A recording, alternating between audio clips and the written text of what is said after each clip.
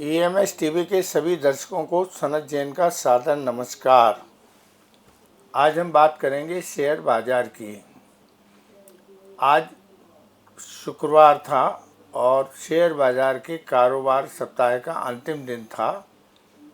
और इसमें बाजार 1017 अंकों के साथ गिरा।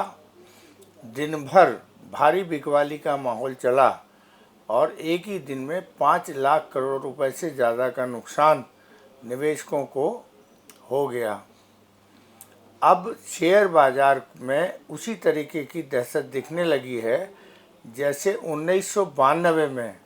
जब हर्षद मेहता का घोटाला सामने आया था और उसके बाद बाज़ार में दहशत मची थी और एकाएक पूरा बाज़ार कोलैप्स हो गया था। ठीक वही स्थिति 2023-24 में अब ये देखने को मिल रही है। सेबी प्रमुख माधवी बुच के खिलाफ जो नए नए आरोप निकलकर सामने आ रहे हैं और दस्तावेजी प्रमाणों के साथ निकलकर सामने आ रहे हैं, तो उसमें ये बात तो साबित हो रही है कि सेबी प्रमुख के रूप में जो उन्हें निवेशकों के हितों की चिंता करनी चाहिए थी वो उन्होंने नहीं की और उन्होंने एक कंपनियों के लिए या कुछ विशेष कंपनियों के लिए उनकी आर्थिक विकास को ध्यान में रखते हुए जिस तरीके से कामकाज किया है, अब वह सामने आने लगा है, जिसके कारण अब निवेशकों में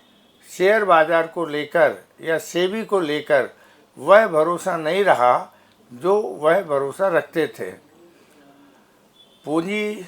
जो कारपोरेट हाउस हैं उनमें भी दो गुट सामने बन गए हैं।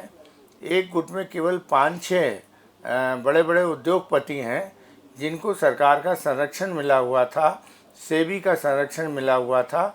बाकी के सारे पूंजीपति एक अलग दिशा में काम कर रहे हैं और वो सेबी और शेयर बाज़ार में जिस तरीके से अपनी कंपनियों को लेकर नाराज़गी जता रहे हैं, तो उसको लेकर अब इसका असर सबसे बड़ा निवेशकों पे पड़ रहा है। एक नई बात सामने आई कि सहारा समूह ने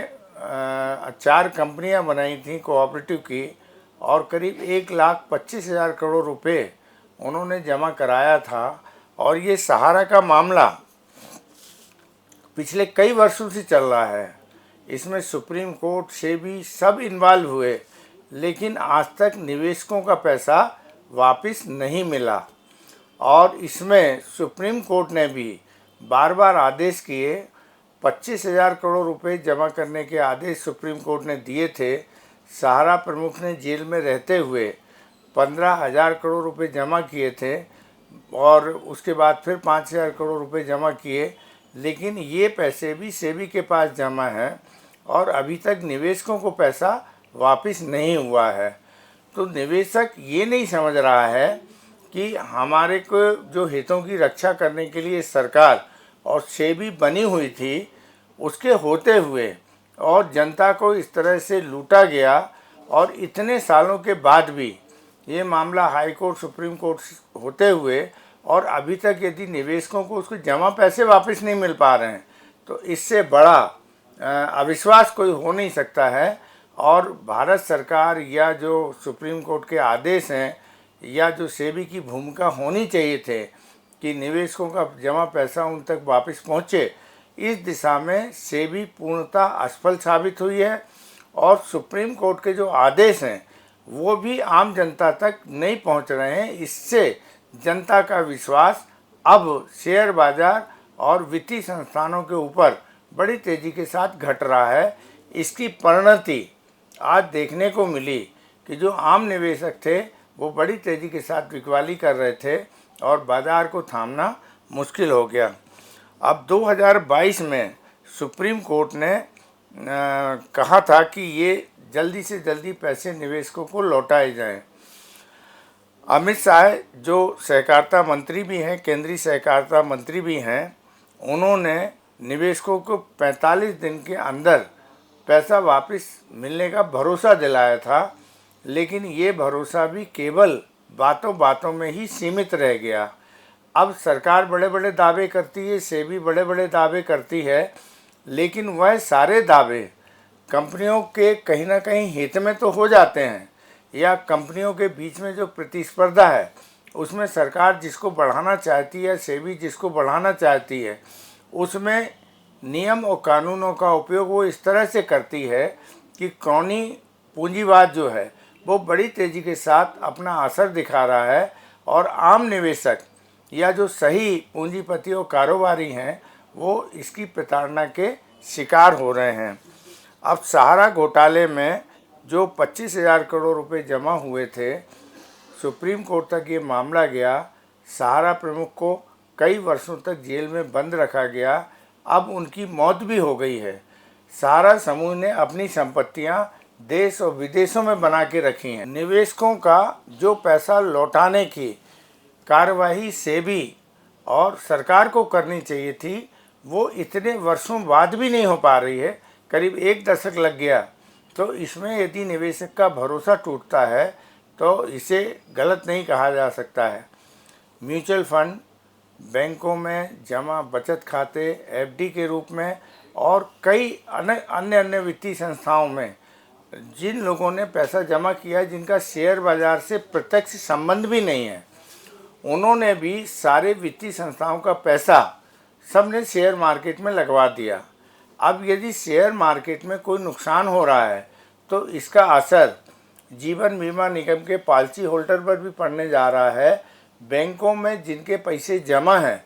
वैसे करीब 30 करोड़ से ज़्यादा लोग हैं जिनका पैसा एफडी और बचत बैंक में जमा है, उनका पैसा भी खतरे में पड़ता हुआ नज़र आ रहा है। और जो स्थितियां अब देखने को मिल रही हैं भारतीय शेयर बाज़ार की, तो उसमें लोगों को 1992 के हर्षद मेहता की कांड की यादें ताज़ा हो रही हैं। उस समय भी 3 सालों में शेयर बाज़ार ने खूब उछाल भरी थी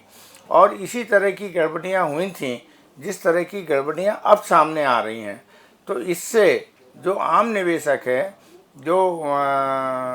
लोगों में एक ऐसी घबराहट फैल गई है कि अब क्या होगा और वो अपना पैसा कहाँ निवेश करें। तो जो आदमी शेयर बाज़ार से हमेशा दूर रहता था और अपनी बचत में कम ब्याज लेते हुए भी वो बैंकों की जमा रकम को सुरक्षित मानता था,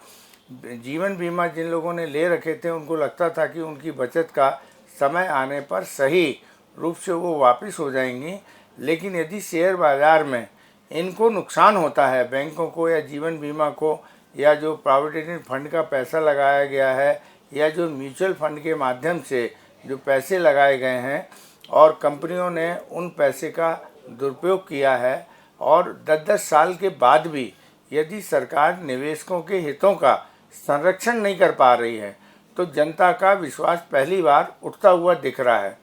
सहारा समूह के लोग जो निवेशक थे अब इकट्ठे होने लगे हैं और वो जगह जगह प्रदर्शन कर रहे हैं कि सुप्रीम कोर्ट का आदेश होने के बाद,